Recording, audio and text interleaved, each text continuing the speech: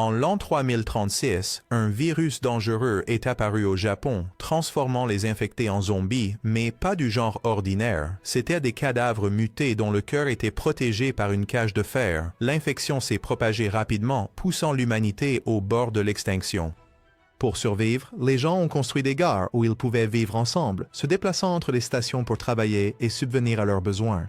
Parmi eux se trouvait Ikoma, un mécanicien chargé de l'entretien des trains à vapeur. Pourtant, il nourrissait aussi le rêve de devenir un guerrier capable de sortir et de combattre ces créatures mortes vivantes. La première chose qu'Ikoma fit pour réaliser ce rêve fut de créer une arme capable de briser la cage de fer qui protégeait le point faible des monstres. Cependant, ses nombreuses tentatives avaient toutes échoué. Son arme n'avait jamais réussi à percer un morceau de fer épais.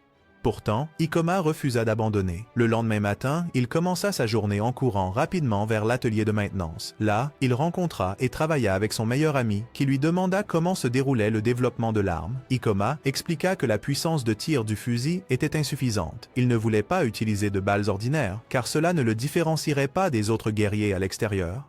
Ikoma a priorisé les munitions perforantes. Son ami a suggéré d'ajouter des explosifs pour améliorer la résonance du fusil. En entendant cela, Ikoma s'est senti tellement éclairé qu'il a presque voulu quitter le travail tôt et se précipiter chez lui pour continuer à le construire. Soudain, Dame Ayame de la famille Yomikawa est venue à l'atelier. Elle cherchait quelqu'un pour réparer le fusil à vapeur de son père, et Ikoma a été appelé pour l'inspecter. Bien qu'un peu irrité, il a quand même accepté d'aider.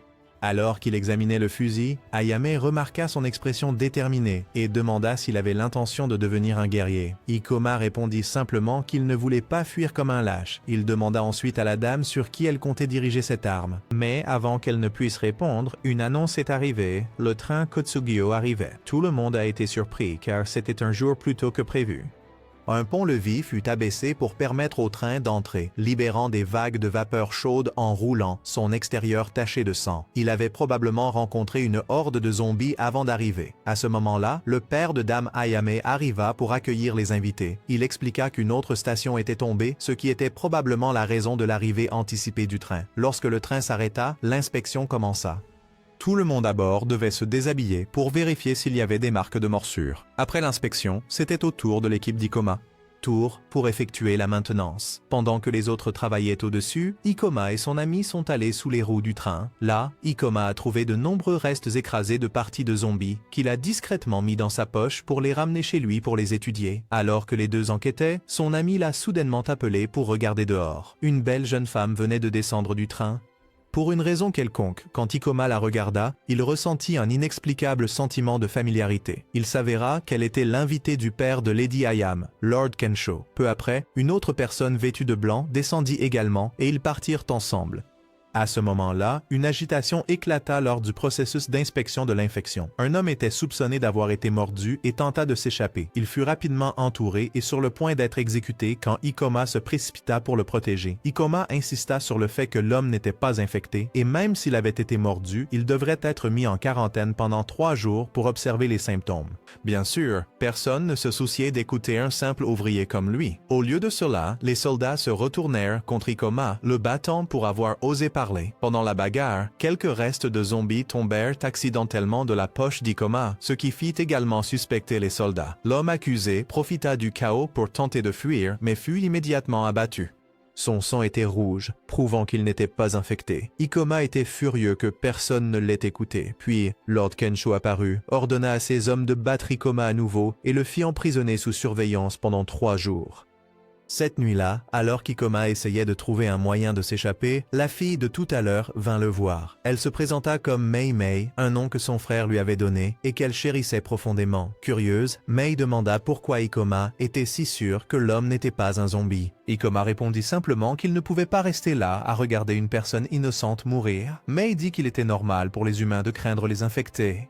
Ikoma répliqua en demandant « Donc, si les gens ont trop peur, cela rend-il le fait de tuer les autres normal aussi ?» Ikoma croyait que, quelles que soient les circonstances, on ne doit jamais perdre son humanité. À ce moment-là, un autre train arriva. Cependant, cette fois, ils furent trop imprudents et ouvrirent le pont trop tôt. Le train transportait une horde de morts vivants qui se précipitaient à toute vitesse. Au moment où ils s'en sont rendus compte, il était déjà trop tard. Le pont n'a pas pu être fermé à temps et le train entier rempli de cadavres a fait irruption directement dans la ville. Naturellement, les monstres se déversèrent, comme une vague déferlante, attaquant les habitants, tandis que les cloches d'alarme retentissaient dans toute la ville. Au milieu du chaos, Ikoma saisit l'occasion de s'échapper. Il courut aussi vite qu'il le pouvait chez lui pour récupérer son arme. Les cris désespérés se mêlaient aux flammes rugissantes, créant un spectacle horrifique. Mei était déjà parti avec son groupe, tandis que Kenso était sorti pour retenir les monstres afin que sa fille puisse s'enfuir. De retour à Ikoma, il s'est intentionnellement fait saigner la main pour attirer les morts vivants, dans le but de tester son arme inachevée. Après avoir attendu un moment, un des zombies a senti l'odeur du sang et l'a suivi. Ikoma s'est caché à l'intérieur de la maison avec son arme prête, l'ayant calibrée et ajusté la quantité de poudre à canon correctement. Mais de manière inattendue, le zombie n'est pas entré par la porte d'entrée. Il a sauté d'en haut. Malgré cela, Ikoma a réussi à réagir à temps et à tirer avec succès dans son cœur. Il a crié de joie face à son succès, mais sa joie a duré moins de 5 secondes avant qu'il ne réalise qu'il avait été mordu. Pendant ce temps, le compagnon de Mei avait également été mordu. L'homme exhorta la dame à se rendre à Kongokaku et à attendre les ordres du jeune maître. Mei est ensuite parti, mais a rapidement rencontré un zombie des régions occidentales. Ikoma, quant à lui, a refusé d'accepter son destin en tant que simple zombie. Son cerveau fonctionnait à pleine capacité. Il a utilisé du fer et du feu pour empêcher le virus d'atteindre son cerveau, en enfonçant continuellement des clous dans son corps pour empêcher sa propagation. Il avait préparé cette vengeance pendant 5 ans et ne pouvait pas simplement mourir maintenant. Le virus parcourait tout le corps d'Ikoma et la seule chose à faire était de bloquer le vaisseau sanguin dans son cou. Il utilisa une pince hydraulique pour le serrer autant que possible. Avec une volonté intense de vengeance, Ikoma jura de ne pas abandonner et, contre toute attente, cela fonctionna, repoussant le virus. Quant à Mei, le zombie se précipita vers elle comme un taureau enragé, mais sans hésitation, elle donna un coup de pied qui envoya la tête de la créature voler, sa sandale se collant même à un pilier voisin sous la force. Quelques heures plus tard, Ikoma reprit conscience et se réjouit de ne pas s'être transformé en monstre. À ce moment-là, son ami se précipita à sa recherche et Ikoma lui dit joyeusement que son arme avait fonctionné. Les deux célébrèrent ensemble. Submergé par l'excitation, Ikoma s'exclama qu'il avait été mordu mais ne s'était pas transformé. Il suggéra qu'il pourrait étudier ce phénomène. Pendant ce temps, Mei avait atteint l'abri et tracé un itinéraire vers le train pour s'échapper. Dehors, Lady Ayam et ses guerriers combattaient les morts vivants qui envahissèrent les murs. Tout le monde se préparait à évacuer, mais elle leur a dit d'attendre le signal de son père. Cependant, ils ont refusé de mourir là et voulaient partir immédiatement. Mei est alors apparue, disant qu'elle avait besoin de quelqu'un pour conduire le train afin qu'elle puisse partir avec eux. Une fille s'est avancée pour se porter volontaire. Une fois qu'elle eut ce dont elle avait besoin, Mei se précipita directement dans la horde des morts vivants pour se frayer un chemin. Elle attrapa l'une de leurs têtes pour enrager toute la nuée à la poursuivre, puis sprinta dans la ville pour utiliser le terrain à son avantage. Son arme était une paire de pistolets, bien qu'il ne soit pas assez puissant pour percer le cœur d'un monstre en un seul tir, elle les plaquait souvent contre des barres de fer pour les achever. En seulement 100 secondes, Mei avait dégagé la horde. Les citoyens ont suivi le chemin qu'elle avait ouvert et sont montés dans le train. Ikoma et son ami ont également rejoint le train par un autre chemin, mais à leur arrivée, des gardes les ont arrêtés pour une inspection. Son ami a paniqué, réalisant que personne ne croirait l'histoire d'Ikoma. À ce moment-là, 2 monstres sont apparus, plongeant tout le monde dans la panique. Ikoma prévoyait d'utiliser cette occasion pour les tuer et prouver sa valeur, mais Mei est soudainement apparue et les a abattus sans effort. Ikoma était stupéfait par sa force. Lorsqu'elle eut terminé, l'épuisement commença à la submerger. Elle s'arrêta un instant devant Ikoma, sentant quelque chose d'étrange chez lui, mais elle laissa passer quand le groupe d'Ayame arriva. Peu après, tout le monde monta à bord du train, se préparant à partir. Ayame utilisa la clé qu'elle avait apportée pour démarrer le moteur, tandis que Mei, épuisée par le combat, s'éclipsa pour se reposer dans un coin. Cependant, juste au moment où le train allait partir, les monstres ont de nouveau afflué et l'ont entouré. Lorsque les monstres ont atteint l'endroit d'Ikoma, l'un d'eux avait déjà pénétré. Sans hésitation, il a utilisé son arme pour l'abattre. Cependant, tout le monde fut terrifié lorsqu'Ikoma révéla accidentellement qu'il avait été infecté. Alors qu'il essayait d'expliquer, le même soldat qu'il avait déjà abattu apparut de nouveau. Sans hésiter un instant, l'homme tira sur Ikoma, le tuant sur le coup, puis ordonna immédiatement le départ du train. Pourtant, lorsqu'ils atteignirent la porte, elle était bloquée et ne descendait pas. La seule option restante était de tirer manuellement le levier. Le soldat d'avant se porta volontaire pour descendre et se sacrifier. Mais à ce moment-là, quelqu'un vit une silhouette solitaire marcher parmi les monstres. C'était nul autre qu'Ikoma. Il prouvait qu'il n'était pas un monstre. Traînant son corps meurtri, Ikoma luttait vers le levier, tuant chaque créature qui bloquait son chemin, juste pour montrer qu'il avait encore son humanité. Ikoma a finalement réussi à tirer le levier, abaissant la porte, et le train a commencé à bouger alors qu'il pleurait de désespoir. Son meilleur ami, ne voulant pas abandonner, a lancé une corde pour tenter de remonter Ikoma, mais Ikoma a refusé et est resté assis là à pleurer. Juste à ce moment-là, Mei s'était rétablie et a sauté. Elle a attaché la corde au corps d'Ikoma et son ami l'a tiré vers le haut. Cependant, le soldat est réapparu, déclarant qu'Ikoma finirait par se transformer et insistant pour le tuer. Mei est intervenu pour l'arrêter, disant qu'Ikoma n'était pas un mort-vivant, mais un demi-mort-vivant. Pour le prouver, elle a montré qu'elle aussi était infectée. Elle a averti que s'il continuait à être hostile, elle n'hésiterait pas à le tuer. À ce moment-là, Ayame est arrivé et est intervenu. Ikoma a dit que s'il voulait qu'il parte, il se conformerait, mais Mei l'a frappé et lui a dit de rester. Elle a conclu un accord avec Lady Ayame si elle les emmenait à Kongokaku, elle et Ikoma resteraient confinés dans une voiture et n'iraient nulle part. Ikoma, étant têtu, a essayé de sauter, mais Mei l'a projeté contre le mur et l'a assommé pour un moment. Dans les jours qui ont suivi, le train a continué d'avancer. Les provisions alimentaires s'épuisaient progressivement et beaucoup craignaient que la prochaine station ne les accepte pas. Pendant ce temps, Ikoma a fait un cauchemar où sa petite sœur se faisait dévorer. Il s'est réveillé en sursaut pour se retrouver à côté de Mei. Ses blessures s'étaient miraculeusement guéries grâce à sa physiologie de mort-vivant. Ikoma a demandé à Mei pourquoi elle se rendait à Kongokaku. Elle a répondu que son frère l'attendait là-bas et que c'était quelque chose d'important. Mei a ensuite demandé à Ikoma en retour et il a dit que l'endroit était la base de recherche de première ligne sur les morts-vivants. Il pensait qu'il pouvait l'aider avec son état actuel. Comme ils partageaient la même destination, Mei a suggéré qu'ils travaillent ensemble. En raison de son état, elle se fatiguait après les combats et avait besoin de se reposer pour récupérer, pendant lesquels Ikoma servait de bouclier. La première étape de leur coopération était que Mei entraîne Ikoma au combat. Bien sûr, en tant que mécanicien et un peu rat de bibliothèque, Ikoma ne pouvait que subir coup après coup. Dans la voiture de tête, Ayame faisait également face à des problèmes. De nombreux passagers voulaient expulser Ikoma et Mei, et, en plus de cela, certains des personnes âgées insistaient pour arrêter le train afin de tenir des funérailles pour les morts. De retour à Ikoma, après avoir été épuisés par l'entraînement, ils ont pris une courte pause. Ikoma a alors demandé à propos du cordon autour du cou de Mei. Elle a dit que c'était probablement le même que le sien pour empêcher le virus d'atteindre son cerveau et qu'elle ne l'enlevait que pendant les combats.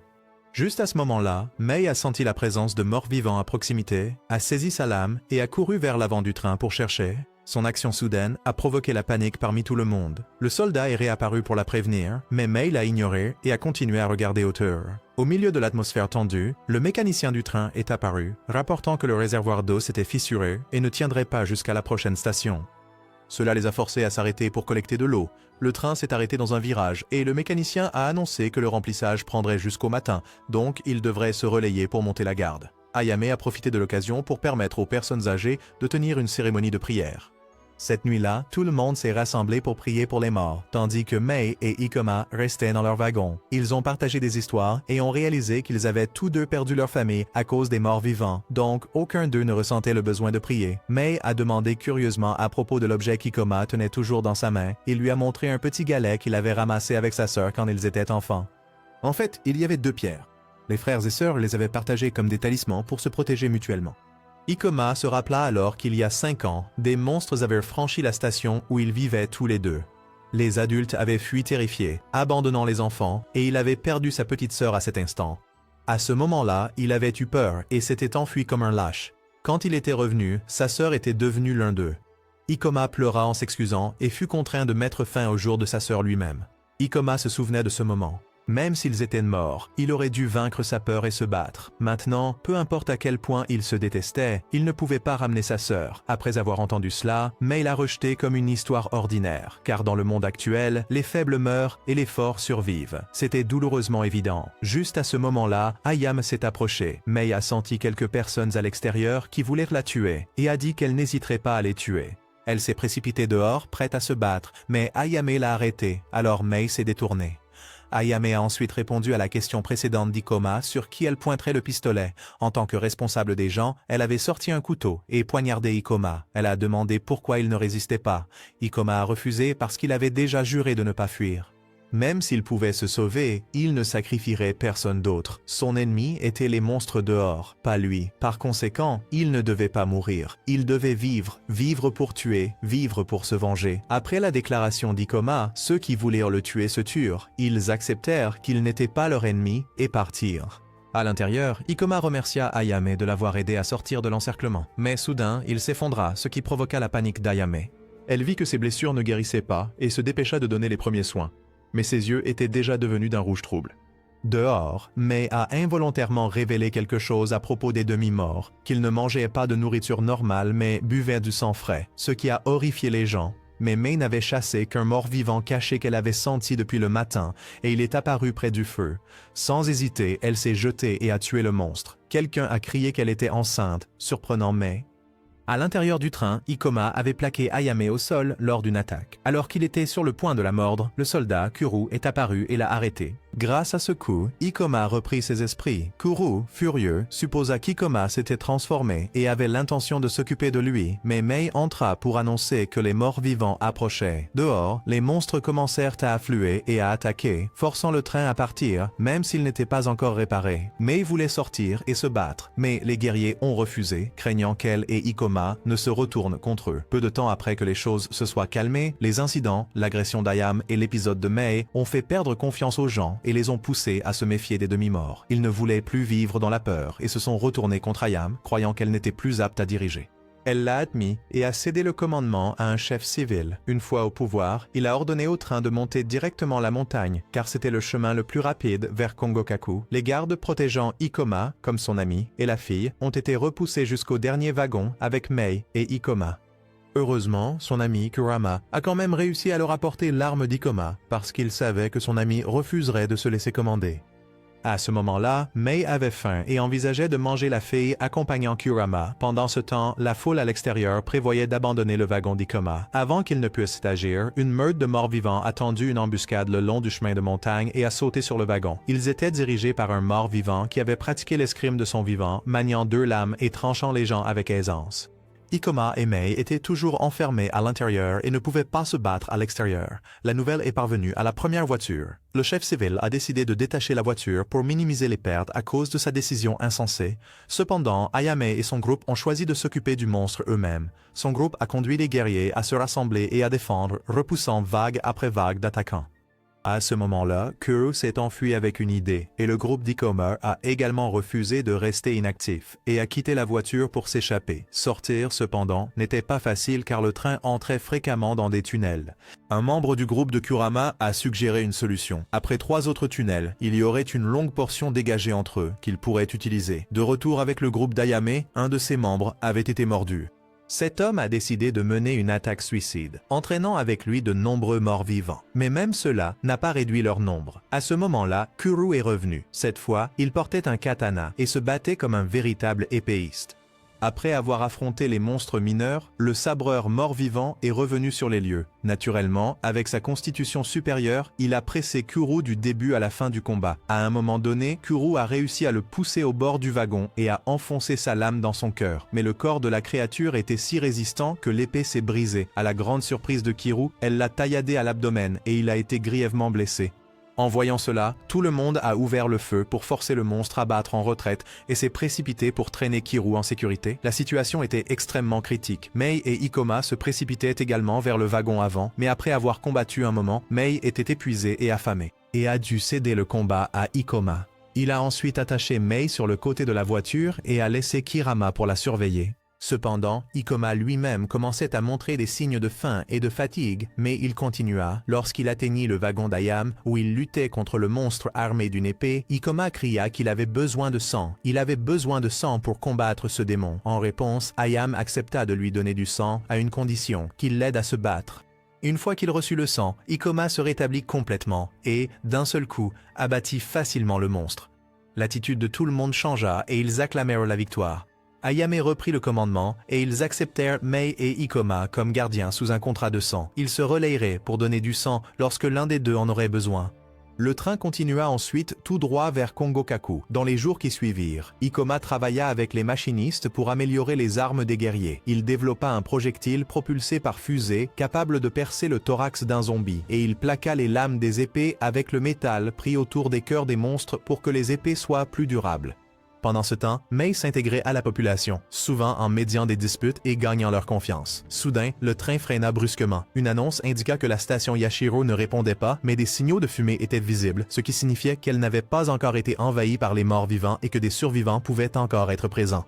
Ayame ordonna à tout le monde de se préparer pour un sauvetage. Après avoir inspecté la station, ils découvrirent qu'une tour de guet était tombée sur les voies et qu'ils ne pouvaient pas passer. S'ils faisaient demi-tour et prenaient le col de montagne de Nagi via la station Ishikoki, cela coûterait 10 jours supplémentaires et leur nourriture ne durerait pas. Ils avaient prévu de se réapprovisionner ici, mais devaient maintenant accueillir des réfugiés. Selon les habitants, 3 jours plus tôt, une fumée noire avait balayé la région, s'infiltrant à travers les murs et transformant tout en enfer. À ce moment-là, Mei a rencontré une connaissance parmi les réfugiés et les deux sont sortis pour parler. Il a raconté qu'il y a 20 jours, le shogunat avait stocké des armes, non pas pour combattre les morts vivants, mais pour tuer des gens.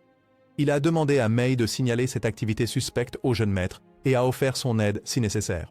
Il a également averti Mei d'être prudente dans ses actions, sinon elle aussi serait rejetée par le jeune maître comme lui l'avait été. Fais ton devoir tant que tu es encore humain. Lors de la réunion stratégique, Ikoma a proposé que s'ils atteignaient la salle des chaudières, au centre de la station, et la mettaient en marche, le mécanisme central à vapeur fonctionnerait, et ils pourraient l'utiliser pour dégager la tour effondrée des voies et avancer. Cependant, des renseignements ont indiqué que la salle des chaudières était un nid de monstres. Ikoma a alors suggéré un itinéraire alternatif contournant la grue. Un peu plus loin, mais il ne ferait face qu'à des attaques sur une seule ligne, et avec la participation de Mei, le taux de réussite serait très élevé. Ayame a accepté le plan. Mei prit la parole, disant qu'elle se joindrait, mais ne se battrait pas aux côtés des autres. Elle avait seulement besoin d'aller directement à la salle des chaudières. Les lâches prendraient le long détour, dit-elle, et elle refusa de se battre avec des lâches. Ikoma argumenta que ce n'était pas de la lâcheté, mais une façon de minimiser les pertes, mais Mei le poussa et l'accusa d'avoir peur de l'infection. Elle a insisté pour ne pas faire le grand détour et a dit à tout le monde de simplement la suivre. Après avoir dit cela, Mei s'est éloignée. Tout le monde a commencé à hésiter, mais Ikoma les a rassurés que son arme fonctionnerait. Sans autre choix, Ayame a misé sur ce plan risqué. Quand elle est retournée dans le wagon, Mei a découvert que le chien élevé par les enfants était mort de ses blessures graves.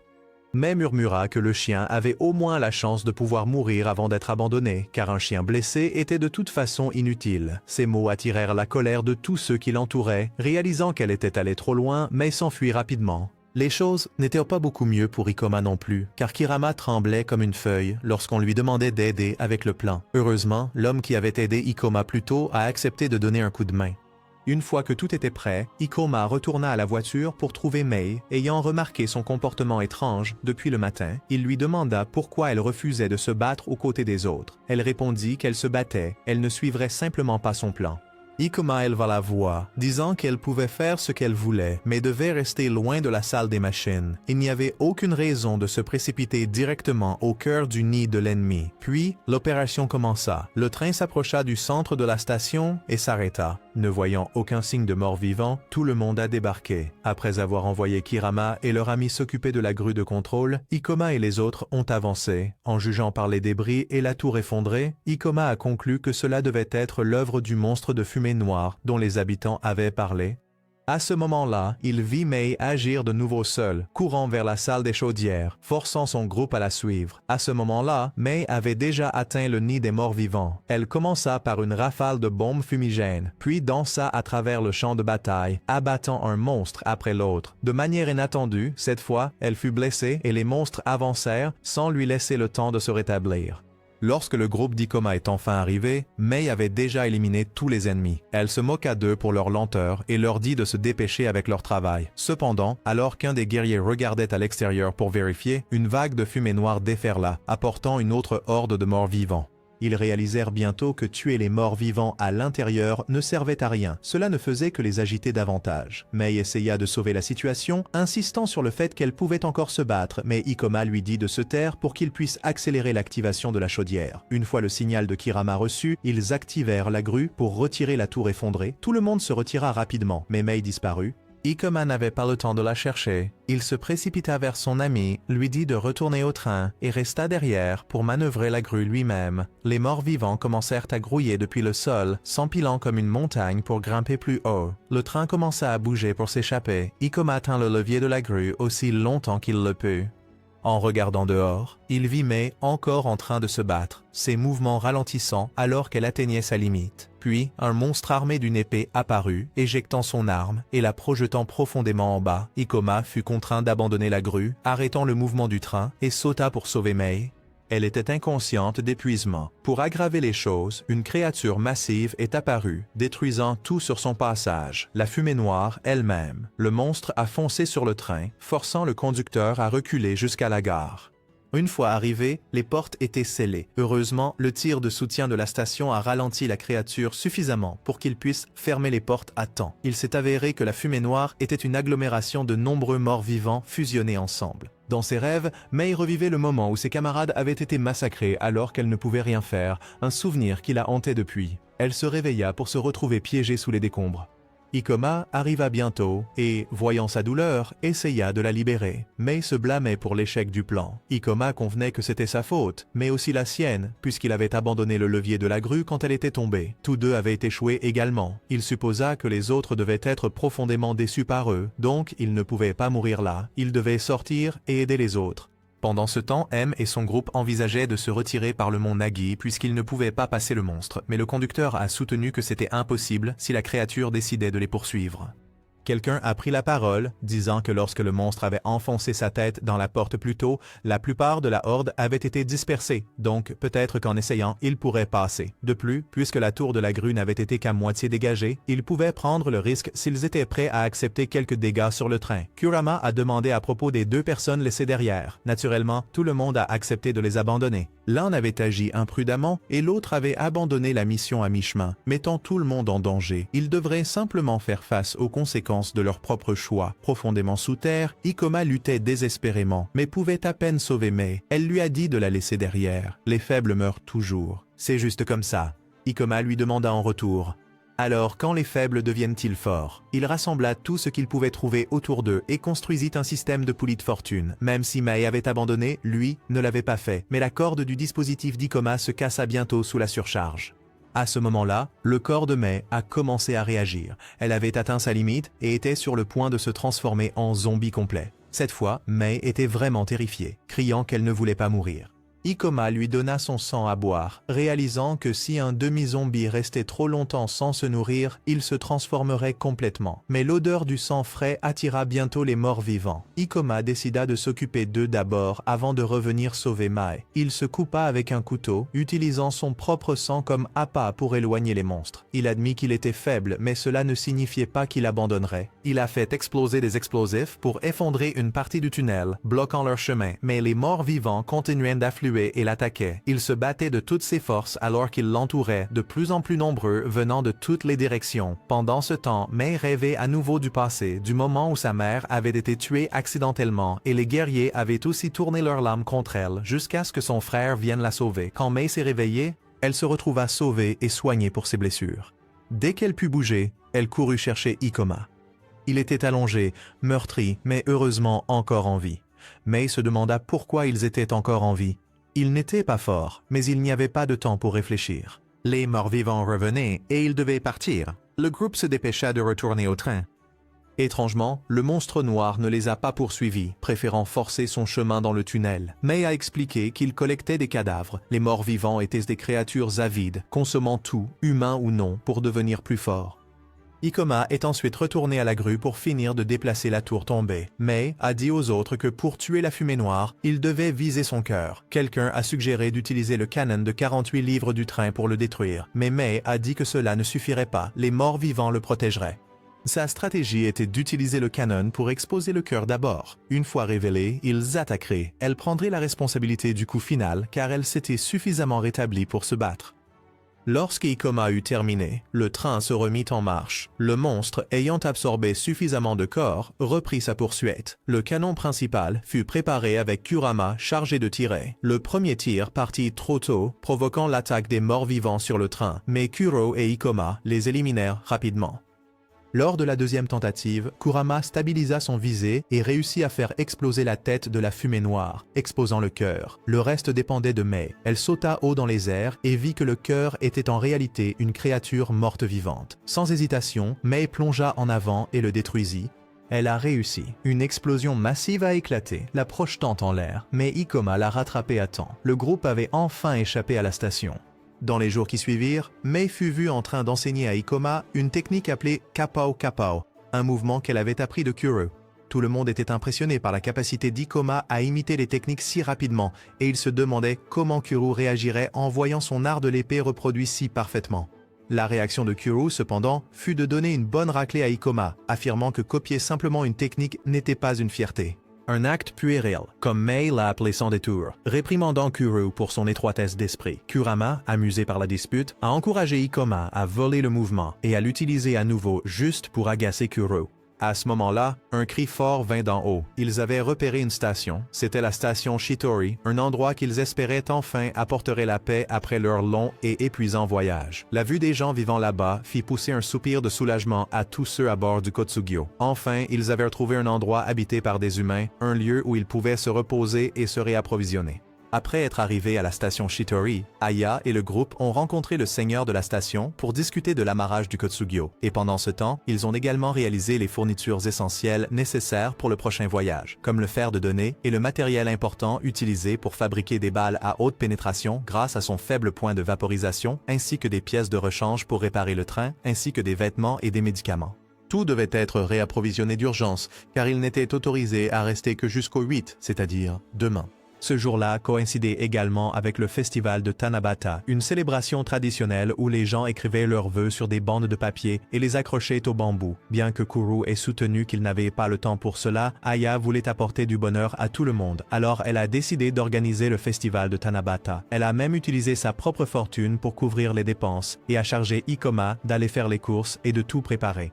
La nouvelle du festival de Tanabata s'est rapidement répandue dans tout le train, remplissant l'air de joie et d'excitation. Tout le monde écrivait avec enthousiasme ses vœux, tandis que le groupe de course se préparait à se rendre en ville pour trouver du bambou et d'autres articles nécessaires.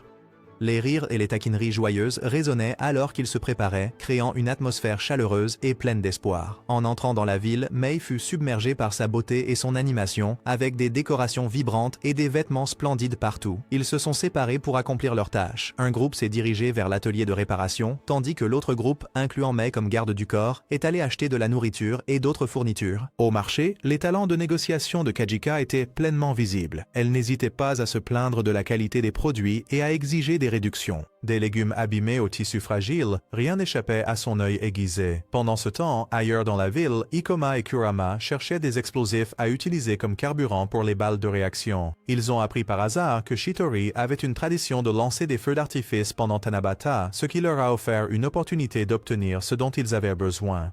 Cependant, leur conversation fut interrompue par un samouraï arrogant qui exigea que son arme soit réparée immédiatement sans attendre son tour. Son insolence mit Ikoma en colère, qui n'hésita pas à lui donner une leçon de bonne manière. Il força l'homme à ramasser les vis qu'il avait laissées tomber et lui dit de respecter le forgeron. Après cela, Kurama est intervenu, a donné une raclée au samouraï et l'a chassé. Pendant ce temps, Sukari, un autre membre du groupe, a rencontré un garçon et a partagé l'histoire tragique du train Hisujo, où le père du garçon avait autrefois travaillé et comment il avait été envahi par Kabane et s'est écrasé dans la station Aragan, l'endroit qu'il venait de fuir. Bien que la vérité soit dure, Sukari pensait qu'il valait mieux dire la vérité au garçon plutôt que de le laisser attendre un père qui ne reviendrait jamais. Pendant ce temps, Kuro attendait patiemment une audience avec le seigneur de la station Shitori. Même si le temps passait et que l'attente devenait de plus en plus désespérée, Aya restait ferme, croyant qu'un peu plus de patience était nécessaire. Sa persévérance fut finalement récompensée lorsque Yamazaki, un fonctionnaire, apparut. Aya saisit l'occasion pour introduire la réaction.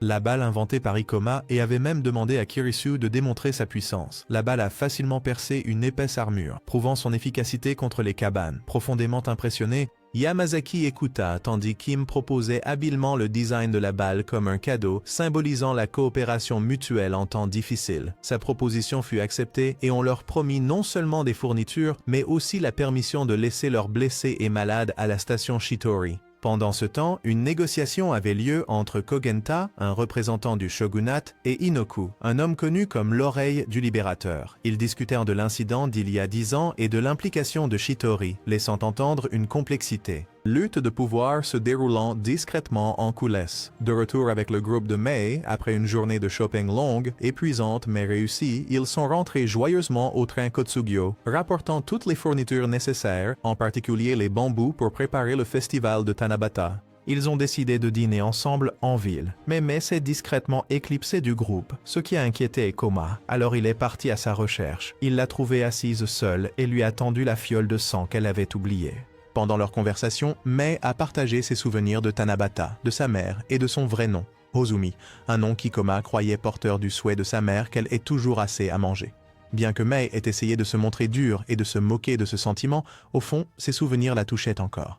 Elle a également révélé sa peur, la peur qu'un jour, elle se transforme en cabane, perde la raison et attaque ses propres amis. En entendant sa confession honnête, Ikoma a fait un vœu, une promesse qu'il la ramènerait à l'état humain, qu'il éliminerait tous les cabanes, restaurerait les rizières et s'assurerait qu'elle puisse manger à sa faim, comme sa mère l'avait souhaité. C'était une promesse apparemment insensée et impossible, mais elle portait toute la détermination d'Ikoma et ses sentiments pour elle, et cette promesse a touché le cœur de Mei, lui donnant une lueur d'espoir et une foi renouvelée en l'avenir. Lorsqu'ils sont retournés au train, l'esprit du festival de Tanabata remplissait chaque recoin. Tout le monde écrivait joyeusement ses vœux sur des bandes de papier et les accrochait au bambou. Même Kuru, bien que gêné, participait, mais refusait de montrer son vœu à quiconque par peur qu'il ne se réalise pas. Ikoma écrivit son propre vœu, un vœu grand et ambitieux, détruire tous les cabanes et reconquérir chaque champ et station. Bien que certains pensaient que c'était trop ambitieux, Ikoma croyait que la simple survie ne suffisait pas. Il voulait plus. Son vœu inspira les autres. A également écrit son souhait de rouvrir la station Aragan, un souhait qui reflétait son sens du devoir et son amour pour sa ville natale. D'autres souhaits sont apparus aussi, allant de vouloir 3 belles épouses, à devenir enseignant, à posséder son propre train Heihachiro, chacun reflétant leurs espoirs et rêves individuels au milieu des difficultés. Et enfin, Mei a écrit son propre souhait, simple mais profondément significatif, de manger un repas complet, un souhait qui faisait écho à la promesse d'Ikoma et au désir le plus profond de son cœur pour une vie paisible et heureuse. Le lendemain, Ikoma pensa au frère de Mei, croyant que c'était lui qui lui avait appris que les faibles doivent mourir tandis que les forts survivent, et qu'elle avait abandonné son ancien nom à cause de lui. Juste à ce moment-là, une agitation éclata à l'extérieur. L'arrivée d'une puissante armée connue sous le nom de chasseurs attira l'attention de tous. Ils étaient une force indépendante spécialisée dans l'extermination des cabanes, dirigée par un jeune homme beau et autoritaire nommé Biba, le fils du shogun. Son apparition provoqua une grande agitation, et Biba s'avéra être le frère aîné de Mei, celui qu'elle avait toujours admiré et attendu. Mei courut joyeusement vers lui, mais Biba semblait distant et froid, demandant seulement si Mei avait accompli sa mission. Lorsqu'il apprit que Shiman était mort, il ne montra aucun signe de chagrin. Son comportement et sa présence rendirent Ikoma méfiant. Il devait confirmer si cet homme était vraiment un héros. Au milieu des acclamations bruyantes de Biba-sama, le sauveur, et Vive Biba, Mei présenta avec enthousiasme son frère adoptif à ses amis à bord du Kotsugyo, mentionnant qu'il y avait un autre demi-cabane comme elle dans le train, un jeune homme étrange nommé Ikoma, un détail qui attira l'attention de Biba. À ce moment-là, est arrivé et s'est présenté comme membre de la famille Yamakawa, révélant également sa parenté avec l'aîné Dugan Makino, montrant involontairement qu'il se dirigeait aussi vers Kongokaku, tout comme Biba. Elle a exprimé sa gratitude envers Mae et a été surprise d'apprendre que Mae était la sœur de Biba. Cependant, Biba a précisé que Mei n'était pas sa sœur biologique. Il lui permettait simplement de l'appeler « frère ». Mei a fièrement désigné Ikoma, le présentant comme son bouclier. Mais contrairement à ses attentes, Ikoma n'a pas agi de manière amicale. Il a immédiatement confronté Biba, questionnant sans détour la philosophie cruelle selon laquelle les faibles méritent de mourir que Biba avait inculquée dans l'esprit de Mei, créant instantanément une atmosphère de tension. Pourtant, Biba a calmement désamorcé la situation en suggérant que Mei aille faire un examen médical et en invitant et Ikoma à monter dans sa calèche pour parler en privé. À l'intérieur du train Kokugo, Biba a révélé une autre facette de lui-même en réparant personnellement un dysfonctionnement technique sans se soucier de salir ses vêtements, remarquant que combattre les cabanes était déjà un travail sale par nature. Pendant ce temps, ailleurs, Kuru a été provoqué par l'un des subordonnés de Biba, Orobeye, qui l'a désarmé facilement, une démonstration destinée à montrer la compétence et la puissance supérieure des chasseurs. La conversation entre Biba et Ikoma a repris, centrée sur leur point de vue opposé sur la survie. Biba a défendu sa philosophie, affirmant que la survie des forts et la disparition des faibles étaient simplement la loi du monde. Pourtant, il a insisté sur le fait qu'il n'avait pas l'intention d'abandonner les faibles. Il cherchait à les sauver en leur apprenant à devenir forts et à se battre pour eux-mêmes. Il a même utilisé Mei comme exemple, disant qu'elle s'était sauvée en choisissant de se battre et de devenir forte, une déclaration qui défiait directement les croyances d'Ikoma. Juste au moment où leur dispute s'intensifiait, la station a été soudainement attaquée par une horde massive de cabanes. Ikoma s'est précipité dehors pour se battre, tandis que Biba est allé rencontrer ses troupes et se préparer pour la bataille. Lorsque le combat commença, l'armée de chasseurs de Biba démontra une force étonnante. Après que l'artillerie ait ralenti l'avancée des cabanes, ils chargèrent au-delà des murs, affrontant les monstres de front avec des armes légères, une tactique audacieuse et efficace qui étonna ceux à bord du Kotejyo. Le Heijiro de Biba, le Kokegyo, lança des bombes incendiaires, transformant le champ de bataille en une mer de flammes qui incinéra les créatures. Biba observait la bataille calmement, notant le combat furieux d'Ikoma et commentant sa haute tolérance à la douleur. Il assigna ensuite Mei pour éliminer un cabane spécial, et l'apparition d'un autre demi-cabane parmi les rangs de Biba provoqua une grande surprise. Cependant, au milieu de la bataille féroce, un autre complot se déroulait en secret. Enoku, un assassin, s'approcha de Biba et révéla qu'il avait été envoyé pour le tuer, mais qu'il souhaitait maintenant trahir son maître et se ranger du côté de Biba. Biba rejeta froidement son offre, déclarant qu'il n'avait aucune utilité pour un tel homme. Dans une tentative désespérée, Enoku a essayé d'attaquer, mais Biba l'a rapidement abattu. Alors qu'Enoku implorait pour sa vie, Biba n'a montré aucune hésitation et l'a tué, déclarant qu'Enoku, nourrissant des pensées de trahison, était faible et donc indigne de pitié. Ikoma a été témoin de toute la scène de ses propres yeux, remplis de rage et de dégoût. Incapable de se retenir, il se précipita vers Biba, exigeant de savoir pourquoi il avait tué un homme qui implorait de l'aide. Kirama défendit immédiatement Biba, insistant sur le fait que c'était Biba qui était en danger. Ayame dut intervenir et s'excuser pour le comportement d'Ikoma. Biba, avec un calme calculé, profita de la situation, présentant l'incident comme une tentative d'assassinat ratée et proposant que ses forces escortent le Kotegyo à Kongokaku. Bien qu'Ayame ait accepté, elle ne pouvait se défaire du profond sentiment de malaise qui persistait en elle. Plus tard, lorsque Ikoma parla avec Kirama, ses soupçons semblaient de plus en plus justifiés. Si Mei n'avait jamais été mordue par un cabane, alors peut-être avait-elle été intentionnellement transformée en demi-cabane. Des souvenirs douloureux du passé de Mei refirent soudain surface, l'image de son frère la sauvant après la mort de leur mère, mais en même temps implantant en elle la croyance cruelle que la faiblesse de sa mère avait conduit à sa disparition et que pour survivre, elle devait devenir forte et ne plus jamais compter sur qui que ce soit. Biba lui a retiré le nom Hatsumi et lui a donné un nouveau, Mei, signifiant son nom, comme une déclaration de sa nouvelle existence, celle d'une guerrière sans passé, dont le seul but était de combattre. Revenant au présent, Biba assigna à Mei une nouvelle mission, obtenir la clé maîtresse du Kotejyo d'Ayame. Il provoqua habilement la fierté de Mei en demandant si Ayame était plus forte qu'elle, une question qui touchait directement son désir de se prouver et de gagner la reconnaissance de son frère. Pendant ce temps, la conspiration de Biba devenait de plus en plus évidente. Il a confronté Hiratsuka, qui avait été impliqué dans la tentative d'assassinat, et l'a forcé à révéler le cerveau derrière cela, la vérité sur la trahison il y a 10 ans, lorsque l'armée de Biba avait été abandonnée pour mourir aux mains du shogun, a finalement été exposée. En même temps, Ikoma et les autres ont découvert un fait encore plus horrifiant. Biba transportait un grand nombre de cabanes dans son train, le Kokegyo. Mei est ensuite allé rencontrer Ayame pour demander la clé. Quand Ayame hésita, Mei devint agressive, convaincue qu'elle pouvait facilement maîtriser la faible Ayame. Cependant, Yukina intervint habilement, remettant à Mei une fausse clé pour apaiser la situation. Cependant, Biba découvrit rapidement la tromperie et réalisa que les personnes à bord du Kotegyo ne lui faisaient toujours pas entièrement confiance. À ce moment-là, Ikoma se rendit au wagon de marchandises rempli de cabanes et confronta Mei. Il lui dit ce qu'il avait trouvé, et Mei admit qu'elle en était consciente, mais croyait que c'était dans le but d'étudier l'ennemi. Lorsque Ikoma l'a pressée, lui demandant si elle avait été transformée en demi-cabane grâce à cette technologie, Mei a fondu en larmes et a avoué qu'elle avait personnellement demandé à son frère de le faire parce qu'elle voulait devenir plus forte et refusait d'être faible comme sa mère. Une vive dispute a éclaté entre eux. Ikoma traita Biba de lâche qui tuait les autres uniquement pour dissimuler sa propre peur, tandis que Mei défendait obstinément son frère, insistant sur le fait qu'il avait raison et que des menteurs comme Ikoma ne comprendraient jamais leur philosophie. Les paroles amères de Mei approfondirent la blessure dans le cœur d'Ikoma. Il s'éloigna silencieusement avec une seule image en tête, le sourire que Biba arborait lorsqu'il tua Enoku. Un sourire dépourvu de peur ou de remords, rempli seulement de satisfaction et de cruauté.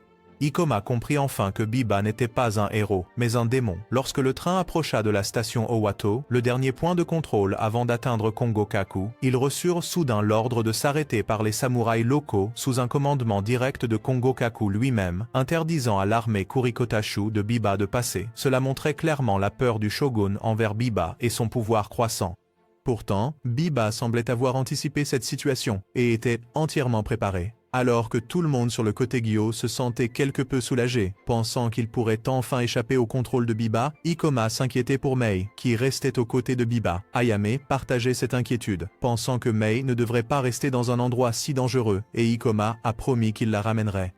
Pendant ce temps, Biba avait élaboré un plan secret. Il expliquait à Mei et Horibe que ce plan apporterait le bonheur à tout le monde. Et pour réussir, il avait besoin de leur aide. Le seigneur Maeda de Wato a accepté une rencontre, mais a imposé une condition. Seules les femmes et les enfants seraient autorisés à les accompagner. Une condition que Biba avait prévue et qu'il comptait exploiter pour son plan. Avec l'intuition de quelqu'un sur le point de mourir, Orobi interrogea Biba, lui demandant s'il prévoyait de la sacrifier pour le retour de Mei et si elle était destinée à mourir ce jour-là. Pendant ce temps, lors de la réunion, Lord Maeda exprima des regrets pour sa condition sévère, mais expliqua que c'était le seul moyen d'organiser une rencontre secrète avec Biba qui aurait voulu discuter de la question des approvisionnements alimentaires. Maeda croyait que Biba avait depuis longtemps mis de côté sa rancune contre le shogun, puisqu'il avait passé les 10 dernières années à combattre les Kaban pour le bien de l'humanité. Cette foi aveugle a permis au plan de Biba de se dérouler parfaitement.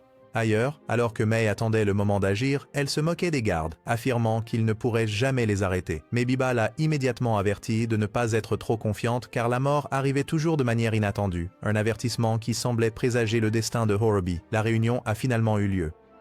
Biba, avec son comportement posé et courtois, se présenta, tandis qu'un des subordonnés de Maeda, Itagaki, restait méfiant et pointait son arme sur lui. Biba utilisa habilement Mei comme distraction lorsqu'elle demanda soudainement à aller aux toilettes, créant ainsi l'occasion parfaite pour qu'elle se mette en position. Une fois prête, Mei attaqua sans pitié les gardes et abaissa le pont-levis, ouvrant la voie au train de Biba, le Kokujio, pour entrer dans la station. Ces actions déclenchèrent un chaos total lorsque Biba libéra les cabanes qu'il transportait, transformant la station en un enfer vivant.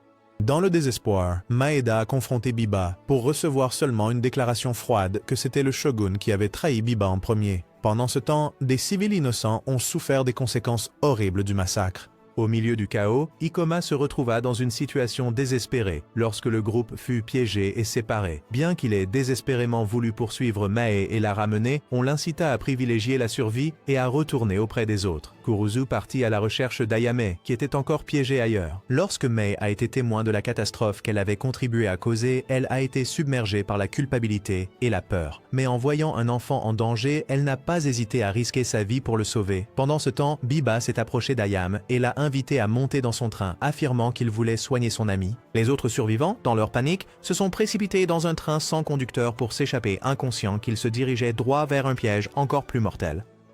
À bord du Kokujio, Horibi, la femme Mikaban loyale, a été utilisée comme sacrifice pour créer un être monstrueux, le nuage noir connu sous le nom de Nue, une arme hybride artificielle avec une Mikaban en son cœur, conçue par Biba comme un outil de destruction massive pour exécuter sa vengeance. La puissance terrifiante de la créature a facilement détruit les portes et causé une immense dévastation. Lorsque Kurosu a trouvé Ayame, il a essayé de la sauver, mais a été empêché. Ayame a menacé de détruire quelque chose de précieux pour forcer les soldats à la libérer. Mais à ce moment-là, Horibi, complètement transformé en monstre, a attaqué Biba et tous ceux qui se trouvaient à proximité. Biba a personnellement mis fin à la vie de son fidèle subordonné, tandis qu'Ikoma a été capturé et amené à bord du train. Il était retenu par les hommes de Biba, qui ont extrait son sang et l'ont averti qu'ils ne s'intéressaient qu'à son sang et n'hésiteraient pas à le tuer s'il résistait. Enfin, Biba se tenait devant tout le monde et proclama qu'il libérerait toutes choses, terre, personnes et même leur peur en détruisant le château du shogun à Kongokaku, qu'il appelait le symbole de la lâcheté de l'humanité. Alors que des cris de libération résonnèrent dans l'air, Mei fut frappé par une réalisation dévastatrice. Tout ce que son frère lui avait jamais dit, toutes ses promesses et idéaux n'étaient que des mensonges. À l'intérieur des wagons étroits et étouffants du Kokujio, la tension montait alors que les prisonniers étaient séparés et relocalisés. Sukari, un traître lâche, déclara sans honte que sa politique était simplement de suivre le plus fort, tandis que Kurusu tentait de passer quelque chose d'important préparé par Yukina à Ikoma. À ce moment-là, des scènes déchirantes se déroulèrent. Un homme implora la clémence pour sa femme, se portant volontaire pour donner son propre sang à sa place, offrant même assez pour 4 personnes juste pour sauver sa vie. Mais son acte d'amour fut moqué et humilié par Warabi, qui prit un plaisir cruel à le rabaisser. Même une femme en surpoids est devenue la cible de son intimidation. Malgré une surveillance étroite, Ikoma a réussi à faire signe à Kurusu qu'ils agiraient la nuit suivante lorsque les soldats viendraient prélever du sang. Ce serait le moment où leur sauvetage et leur révolte commenceraient.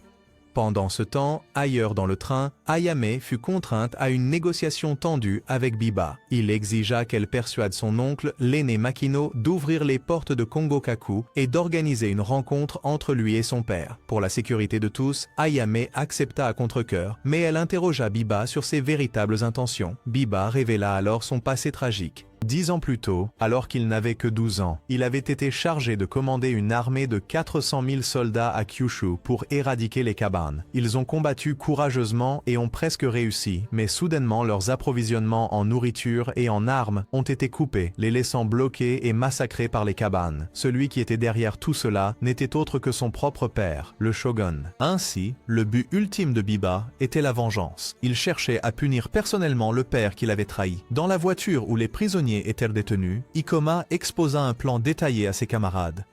Leur objectif était de prendre le contrôle de la salle des machines du Kokujio, le cœur du train, et pour cela, ils devaient voler la clé à un soldat qui livrait du sang au wagon de stockage des cabanes chaque nuit. Bien que le plan soit risqué, ils n'avaient pas d'autre choix. Leur vie et la sécurité de Kongokaku étaient en jeu. Au-delà de sauver Ayame, Ikoma était également déterminé à ramener Mae, qu'elle le veuille ou non. Lorsque Kurusu demanda curieusement si Mei lui rappelait sa défunte sœur, Etsune, Ikoma nia fermement.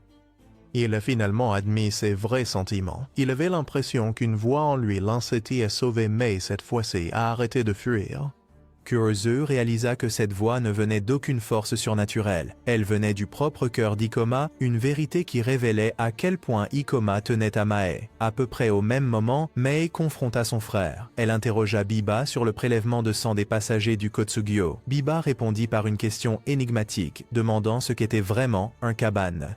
Il affirma que l'existence des cabanes avait simplement révélé les véritables ennemis qui devaient être détruits. Lorsque Mei parut confuse, Biba lui demanda si elle avait peur de lui, une question qui signalait une fracture croissante dans leur relation. Pourtant, Biba adoucit bientôt son ton, lui assurant doucement qu'il ne ferait pas de mal à ceux à bord du Kotsugyo tant qu'ils ne résistaient pas. La promesse apaisa Mei, mais derrière elle se cachait un sombre complot.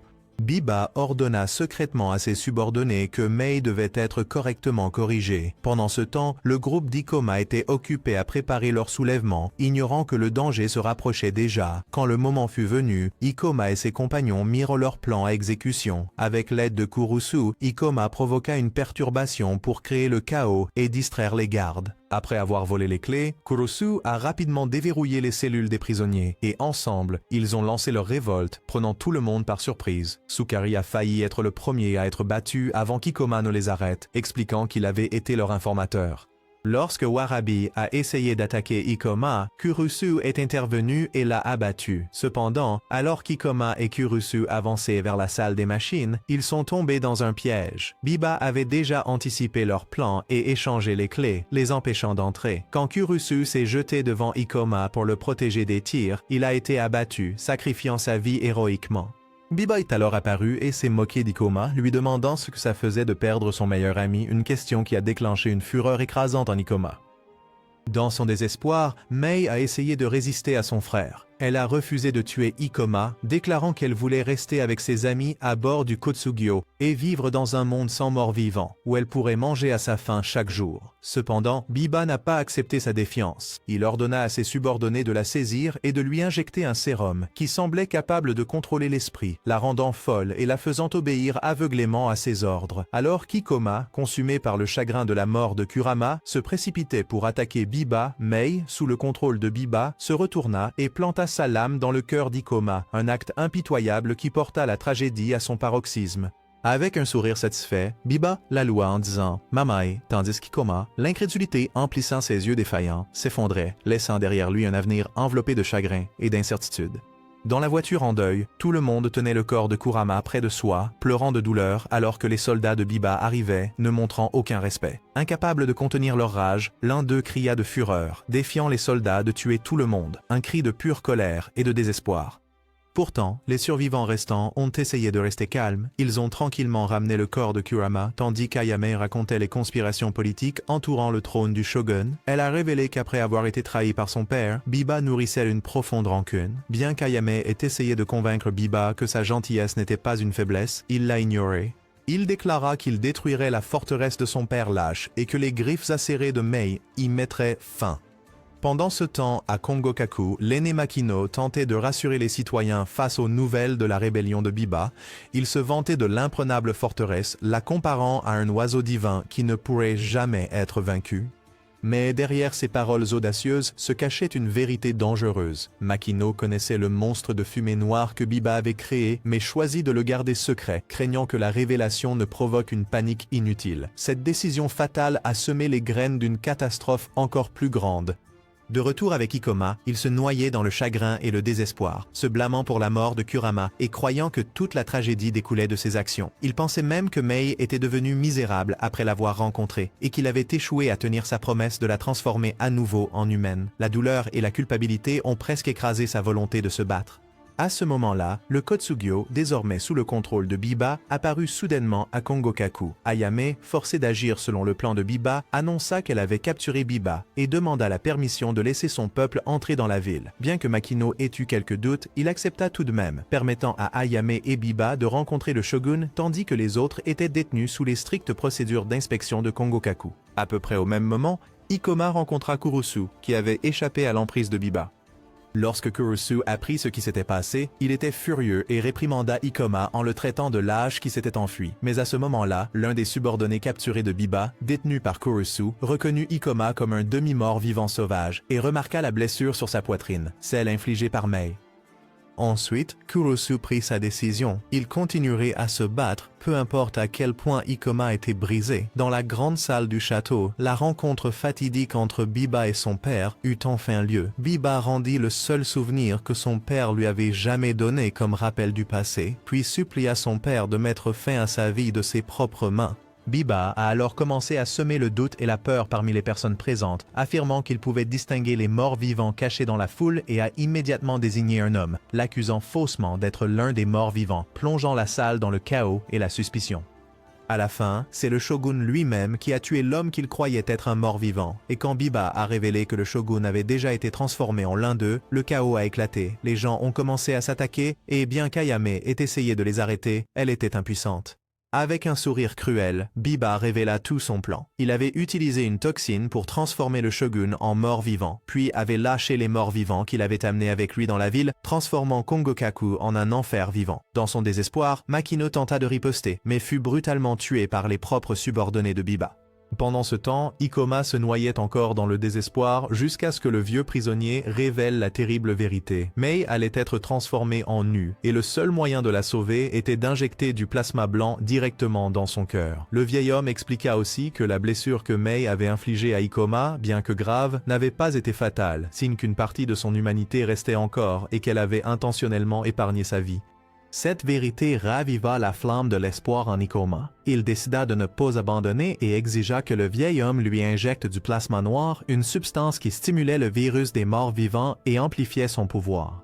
Bien qu'il sache que cela consumerait sa vie en peu de temps, Ikoma n'hésita pas, car son seul objectif désormais était de tuer Biba et de sauver Mei. À cet instant, alors que le pouvoir des morts vivants parcourait son corps, Ikoma devint l'homme dont il pouvait être fier, un héros prêt à tout sacrifier pour protéger ce qu'il aimait. À ce moment-là, Mei avait déjà été injecté avec le sérum par Biba et commençait à se transformer.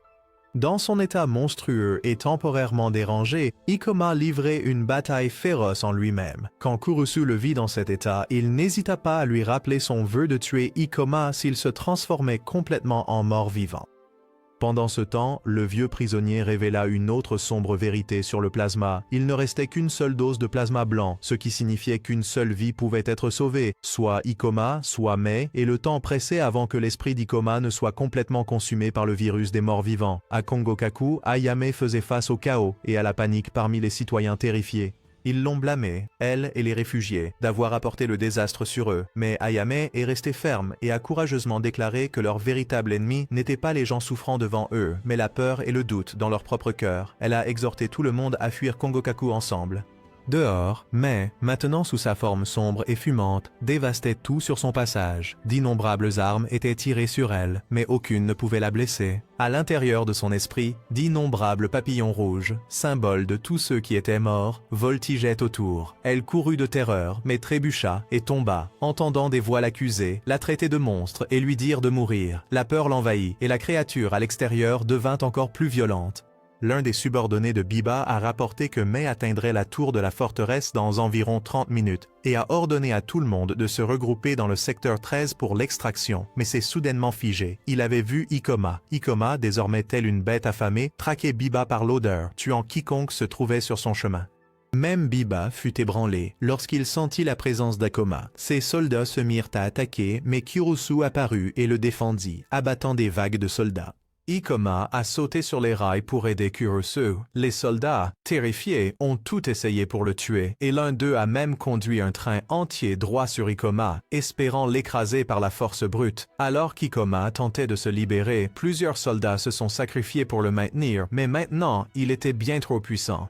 D'un seul bras, Ikoma projeta tout le train dans les airs, provoquant une explosion massive. Pourtant, en échange de cette force écrasante, le virus se répandait rapidement dans son corps. Sa vision commençait à se brouiller. Kurusu se précipita, inquiet, et heureusement, Ikoma était toujours en vie. Juste à ce moment-là, un soldat survivant se jeta sur Ikoma pour l'attaquer, mais Ikoma le désarma rapidement. Puis vint son jugement. Parce que l'homme avait tué trop de gens, il devait en payer le prix.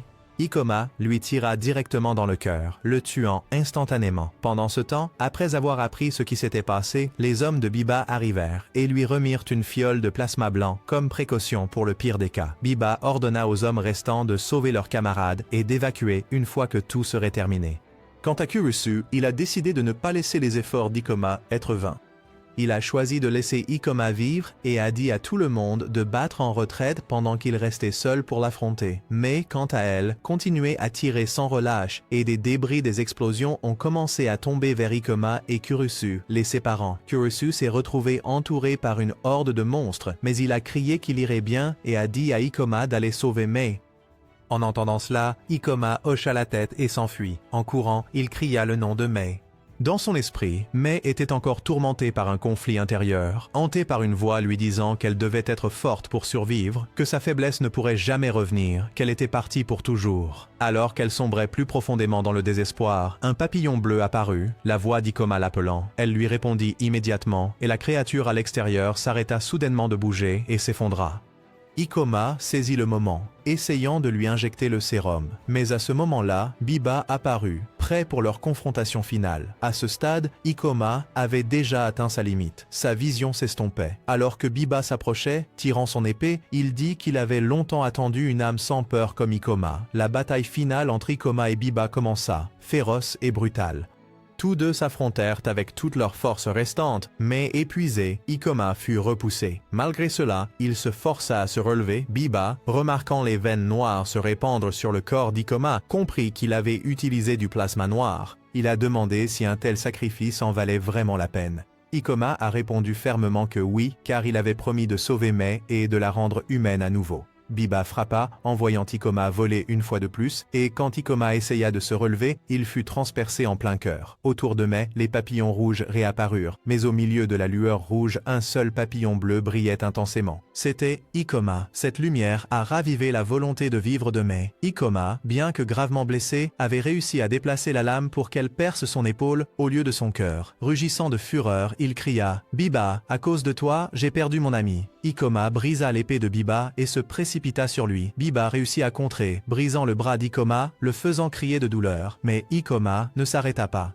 Une fois de plus, il déchaîna une vague de puissance qui envoya Biba voler. Maintenant, la seule pensée qui restait dans l'esprit d'Ikoma était « Biba, je vais te tuer !» grogna-t-il. Pour la première fois, Biba ressentit la peur, mais le prix de la force d'Ikoma finit par arriver. Il avait complètement perdu la vue. Biba saisit l'opportunité et s'approcha silencieusement de lui sans faire de bruit. Lorsqu'il fut assez proche, la voix de Mei appela Ikoma, le guidant. Ikoma se retourna instantanément et tira avec son arme, arrachant le bras de Biba.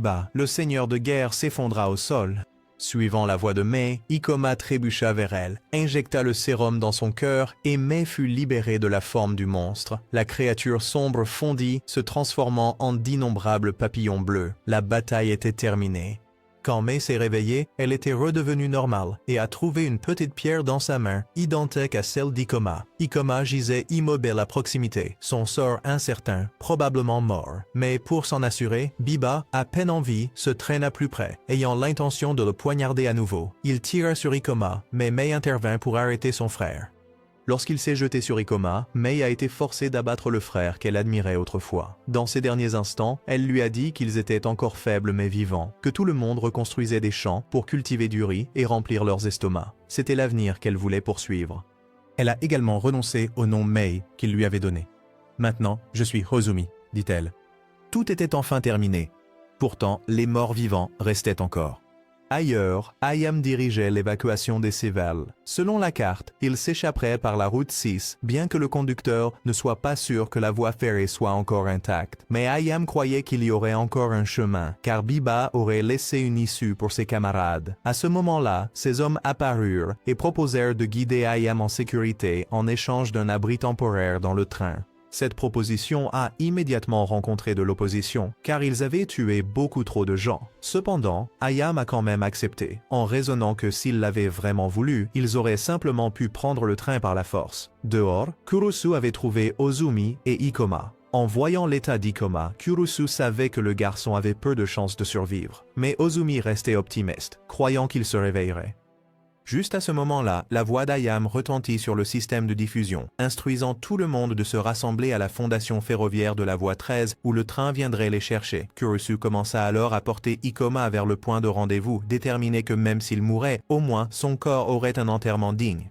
À l'emplacement d'Ayam, le train avait recommencé à bouger. Le rugissement du moteur résonnait dans l'air alors qu'ils apercevaient le groupe de Ozumi approcher. Ils ont parfaitement synchronisé leur saut à bord, lançant d'abord Ikoma, puis Ozumi et enfin Kurusu.